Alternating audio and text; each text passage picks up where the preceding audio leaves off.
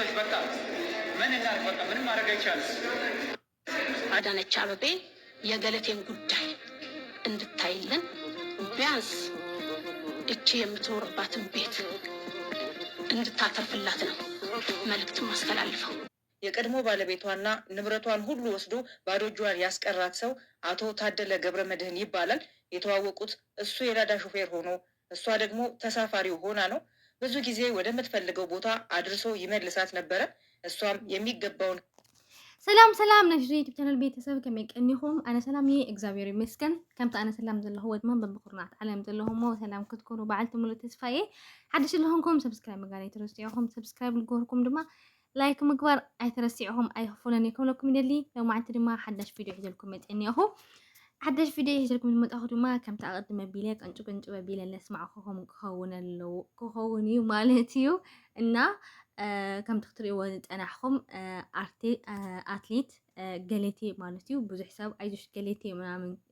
ندمني توعيو كوستبقى سماتي كم تمجمع هذا تسمعهم منا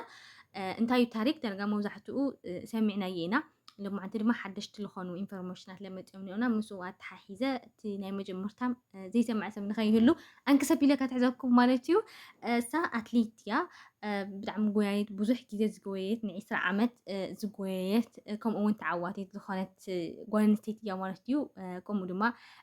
بعلت حدار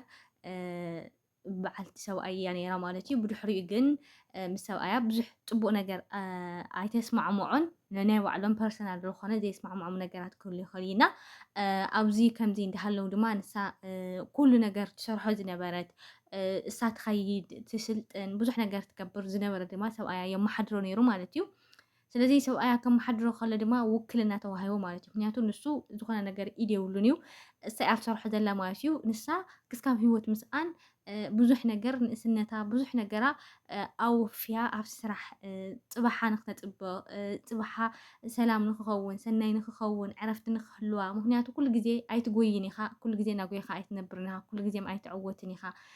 كل جزء من حنيت خوني هنا نتوحى إلى ندق عن سو يعني وعلى بزح نجر نخد كوني لا مالتي بزح نجر وجا خفيلة كم دنا قبلت كلا دما السا بتأوى تأيل بهال بو كلنا نعو يا هواتون يعني سو يا مالتي خلنا نجر خجز خلدي ويلو خلنا نجر كرتو خلدي لو خلنا نجر كون كله بعلي ما حد رلا مالتي زدي السادما تسرح نسخ أيام ما حد رما سيدي وكل الناس لازم لو ما تبي حقي نا كم زخ جبر كلا جن حريجن زي مسمع معك ما تخلو سنيت زي كله خلو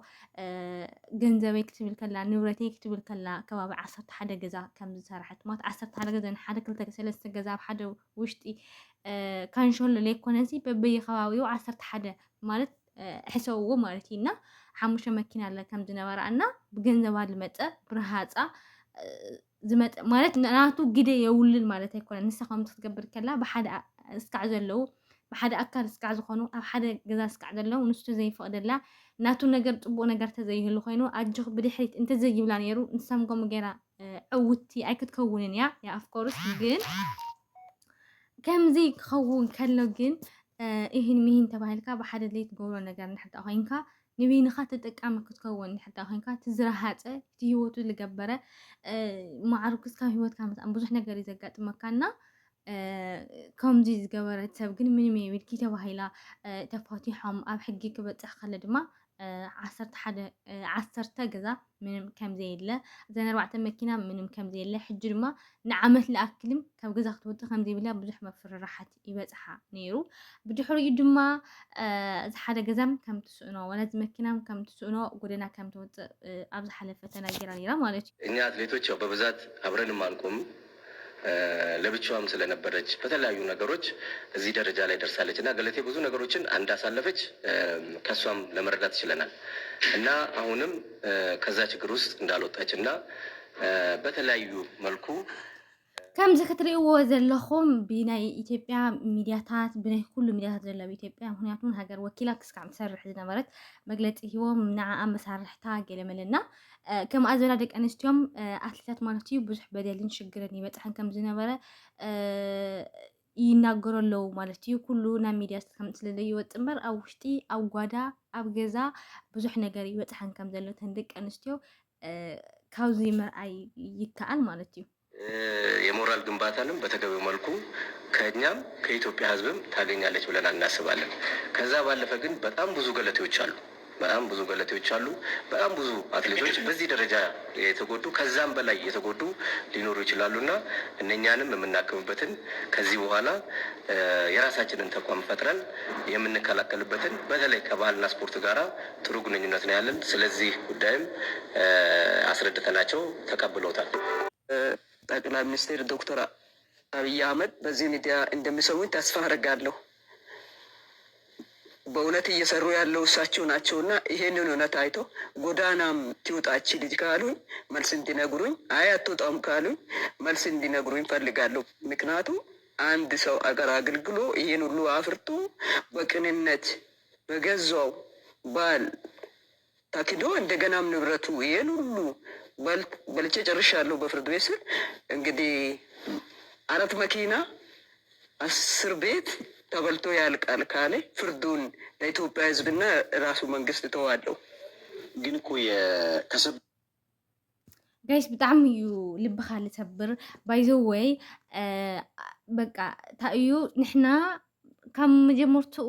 ጎበዛት ጠንካራታት ተዘይኮይና ዝኾነ ነገር ካብ ሰብኣይካ ትይሓኦ ነገር ወይ ካብ ሰብኣይካ ትኽውሎ ነገር ዘይክህሉ ይኽእል እዩ። ግን ትነቕሐሉ ነገራት ግን ክትፈጥረለካ ኢለ ተስፋ ይገብርና ኣብ ዝኾነ ይኹን ቦታ ኣብ ገዛታት እታ ጓል ኣንስተይቲ ተዓማጢት እያ፣ ኣብ ቤት ፍርዲ ከይዳም ተዓማጢት እያ፣ ኣብ ዝኾነ ቦታ ከይዳም ተዓማጢት እያ፣ ኣብ ፅርግያም ተዓማጢት እያ፣ ኣብ ዝኾነ ይኹን ኣብዛ ናይ እዛ ዓለም እዚኣ ሰርክል ከይዳ ብጣዕሚ እያ ትዕመፅ ማለት እዩ። ብዝኾነ ይኹን ማለት እዩ። ብገንዘብ ክኾን ይኽእል፣ ብሞራል ክኸውን ይኽእል፣ ብስራሕ ክኸውን ይኽእል፣ ብዝተፈላለየ መልክዕ እታ ጓል ኣንስተይቲ ተጨቋኒት እያ ማለት እዩ። ስለዚ እዚ ኩሉ ሰብኣያ ክኸውን ይኽእል እዩ፣ ያ ጠበቃ እንታይ ዝበሃል ውክልና ክህሉ ይኽእል እዩ። ግን እታ ጓል ኣንስተይቲ ዝቆመላ ግን ኢማጅን ጋይስ ወላ ሓንቲ የለን ማለት እዩና ዝኩሉ 10 ክብለኩም ከለኹ እዚ ከምዚ ኣብ ውሽጢ ሓደ ካንሸሎ ዝተሰርሐ 10 ገዛ ኣይኮነን፣ በየቦታ ዝተሰርሐ 10 ገዛ እዩ ማለት እዩ። ሕዚ ኣብ ሓንቲ ካንሸሎ ክንደይ ገዛ ኣሎ፣ ኣብ ሓንቲ ካንሸሎም ክንደይ ገዛ ኣሎ፣ 10 ገዛ ዝኣክል የለን ተበሊዑ ክበሃል ከሎ ከም ነፃ ተሰዲዱ ማለት እዩና ሕጂ ግን ንኣብይ ኣሕመድን መፀዋዕታ ገይራትሉ ከም ሃገር መራሒ ማለት እዩ ንህዝቢ ኢትዮጵያ መፀዋዕታ ገይራትሉ ብትዝገበረትሉ መሰረት ድማ ሰብኣያ ተታሒዙ እዩ ሎማዓንቲ መንግስቲ ሒዝዎ ኣብ ቁፅጥር ውዒሉ ተኣሲሩ እዩ ዘሎ ማለት እዩና ግን እንታይ ኢኻ ትብል ስለልወፀት ሱቅ ተይሉ መንግስትም ህዝቢ ሆ ስለልብል ተዘይኮይኑ ካብኡ ውጭ ግን ኣብ ቤት ፍርዲ ከይዳ ፍትሒ ከም ዘይትረክብ ንዓኣ ዝጣበቅ ከም ዘየለ ውክልና ዘለዎን ደቂ ኣንስትዮ ከም ዘየለዋ ጉዳያት ደቂ ኣንስትዮ ኣብ ዝኾነ ይኹን ድሕዳር ኢናዮ ምንም በቃ ዝሞተት ዘይኮይኑ ዋላ ወይ ከዓ ከምዚ ሰብ እንድሕር ተላዒሉ ኮይኑ ድምፂ ምናምን ከም ዝተፈጢሩ ገለ መደል ዝብላ እምበይ በቃ ኣብ ኩሉ እየን ኣብ ትግራይ ከኣማ ብሱር ብሂወት ኣለዋ ድየን የለዋን ወይ ትማሕበር ፈሪሱ ድዩ ምናምን ኣይርድአካን እዩ። እታ ጓል ኣንስተይቲ ዝኾነ ነገር በደል ክበፅሓ ከሎ እታ ጓል ኣንስተይቲ ዝኾነ ሽግር ክበፅሓ ከሎ ወይ ድማ ናብቲ ሽግር ንሱ ንኸይትበፅሕ ዝኾነ ሞቲቬሽን ንክሰርሓ እንተበፂሕዎም ኣብ ጎና ኮይነን ብዝተኸኣለን መጠን ሳፖርት ንክገብራ ብገንዘብ ክኸውን ይኽእል፣ ብተሓሳስባ ክኸውን ይኽእል፣ ብዓቕሚ ምጉልባት ክኸውን ይኽእል፣ ብዝተፈላለየ ነገር ንክትሕገዝ እዩ እቲ ውድብ እንታይ ዝበሃል ማለት እዩ እቲ ማሕበር ግን ዋላ ሓንቲ የለን ወይስ ንባዕለን ድን ዝጥቀመሉ ኣለዋ ኣይዶና ይፈልጥ ወይ ፈሪሱ ድን እንድዕና ወላ ናይ ኢትዮጵያ ከምኡ ኮይኑ ማለት እዩ ትሪእዎ ኣለኹም ምንም እንዲያም ስትልና ዝኾነ መግለፂ ናይ ደቂ ኣንስትዮ ዝወፅእ የለንና ከም ደቂ ኣንስትዮ ብጣዕሚ ደከማታት ከም ደቂ ኣንስትዮ ብጣዕሚ ሰነፋት ክብል ይደሊ ማለት ንባዕለይ ሓዊሱና ንምንታይ ኢና ከምኡ ንኸውን ናይታ ጓል ኣንስተይቲ ድምፂ ዘይንኸውን ናይታ ጓል ኣንስተይቲ በደል ንምንታይ ዘይስምዐና ግድን ኣብ ባዕልና ደ ክበፅሕ እኒኦ ኮይኑ ግድን ኣከባቢና ኣብ ቤተሰብና ምስ በፅሕ ደ ክሕመና ዝግባእ ኮይኑ ኣብ ዝኾነ እንቲኾን ጓል ኣንስተይቲ ክበፅሕ ከሎ ዘይሕመና ነገር ድምፂ ዘይንኾና ነገር ዘይስምዐና ነገር እሲ ስለምንታይ እዩ ክብል ይደሊ ማለት እዩ። በላይ ደግሞ የህገ መንግስት ጉዳዮች አጣሪ አለ። ከዚህ በላይ ምንም ማሄድ አልችልም እኔ በቃ ምክንያቱም አሁን በአራጅ ሊወጣ ነው ቤቱ። ከዚህ በኋላ ለአራጅ ወጣ ነው ህግ አጣሪም ቢባል ምንም በቃ እኔ ተስፋ የለኝም፣ ማንም አይሰማኝም። በቃ ህዝቤ እንዲሰማኝና ጠቅላይ ሚኒስትር ዶክተር አብይ አህመድ እንዲሰሙኝ ይህንን እማጸናለሁ፣ ጥሬን አቀርባለሁ። ከነ ቤተሰብ ጎዳና ላይ ሊወጣ ነው። እኔ ጥሪሽ እንዳለ ሆኖ ለምሳሌ እነ ኃይሌ እነ ቀነኒሳ ትልልቅ ሰው ናቸው፣ ብዙ ሰው ይሰማቸዋል። የአንቺ የትዳር የግል ህይወት ላይ ደግሞ አስተዋጽኦ ይኖራቸዋል ብዬ አስባለሁ እና በእነሱ ውስጥ ነገሮችን ለመፍታት አልሞከርሽም? ሰምተዋል። ሁሉም የራሱ ስራ መስክ አለ። ሰው መስጨነቅ የራሴ ተጨንቄ አትሌት ማለት ከባድ ነው ስራ።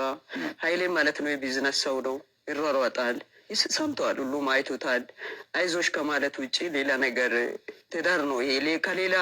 መቶ የሆነ አንቴ ላይ በደል ቢያደርግ ማንም ዝም አይልም፣ መፍትሄ ይገኛል። ከአትሌት ኢትዮጵያ በላቡ ነው ብጣዕሚ እዩ ማስሲ ከምዚ ግን ንምንታይ እዩ ትወርቲ ኣታይ ሰሪሑ ክበልዕ ወይ ድማ ክልወጥ ወይ ድማ ከምቲ እንታሰሪሓ ካብታ ጓል ኣንስተይቲ ምምንጣር ግን እንታይ ከም ባህሊ ድዩ ተታሒዙ ኮይኑ ወይ ብፍላይ ኣብዚ ሕጂ ሰዓት ዝፍርድ ለሎሲ ብጣዕሚ ሕዝነካ። ቀደም ናይ ጓል ኣንስተይቲ ኣብ ኮነንዶ ከምዚ ነገራት ክትወስድ ሓንቲ ቅርሺ ተወሲድካ ከምዚ በቃ ልወደቕካ ለማንሉ ኮንካ ሰብኣይ ዘይኮንካ ቁልፍካ ዝተፈትሐ ገለ መሲሉ ኢሉ ይስማዕ ነይሩ ወለድና። ናይ ሎሚ ግን እሳ እኳ ተዘይሂባትካ ከምቲ በቃ ኢኻ ትገብር ኣይሃበትካ ኢካ መንጢልካ ኢኻ ትወስድና። ከምዚ ዓይነት ነገር እስካብ መዓዲና ከምዚ ዓይነት ነገር ዓይነት የፊዶ ባዕልና ሰሪሕና ክንልወጥ ኣይንኽእል ኢልና ሃውና ኢለን ተመኒውን ባዕልና በሉ ክንሰርሕ ኢለን ምስ ወፃኻ ክነሕድገኩም ትብልወን። ኣረጋይሲ ይሰከፍኩም በእውነት እግዚኣብሔርን ይትሰከፍኩም። ናይ ባዕልና ሰሪሕና ተኾነ ክልቴና ሰሪሕና ንለወጥ ኣልብል ግን ኣነ ሰብኣይ እንዴ ክሰርሕ ለይንብለሉ መንፈስ ዘይህሉና ስለምንታይ እዩ ብጣዕሚ ኢና ንወርድ ኣለና ደቂ ተባዕትዮ ኣሕዋተይ ማለት እዩ። እና ንምንታይ ኢና ቁልፍና ንፈትሕ ነገር ልና መስሉ ተሰሚዕንና ባይዘወይ ከምዚ ነገራት ኣብ ጎኒ እታ ጓል ኣንስተይቲ ተወዲ ተባዕታይ ክኾን ይኽእል፣ እታ ጓል ኣንስተይቲ ክትኸውን ትኽእል። ኩላና ኣብ ጎና ኮይና ንከምዚ ዓመፅ ንከምዚ በደል ንከምዚ ጭቆና ንከምዚ ንባዓት ክንፅየፍ ኣለና እየ ዝሓስብ። ኩላና ነገር ናይ ባዕልና ብእምነት ብሓቂ ሰሪሕና ክንበልዕ ናይ ባዕልና በስመ ኣሚንና ክንቆርስ እዩ ዘለና እምበር ናንደማትና ክንጥቀም ኣብ ናትና እቲና ክንነብር ፅሕ ንግሆ እንታይ ከም ዝገጥመና ወይ ድማ እንታይ ከም ንረክብ ስለዘይንፈልጥ ማለት እዩና ከም ዝኽብለኩም ይደሊ። ናይ ሎሚ ሓንቲ መልእኽተይ እዚ ይመስል ነይሩ። ተሰናይ ንዓኹም።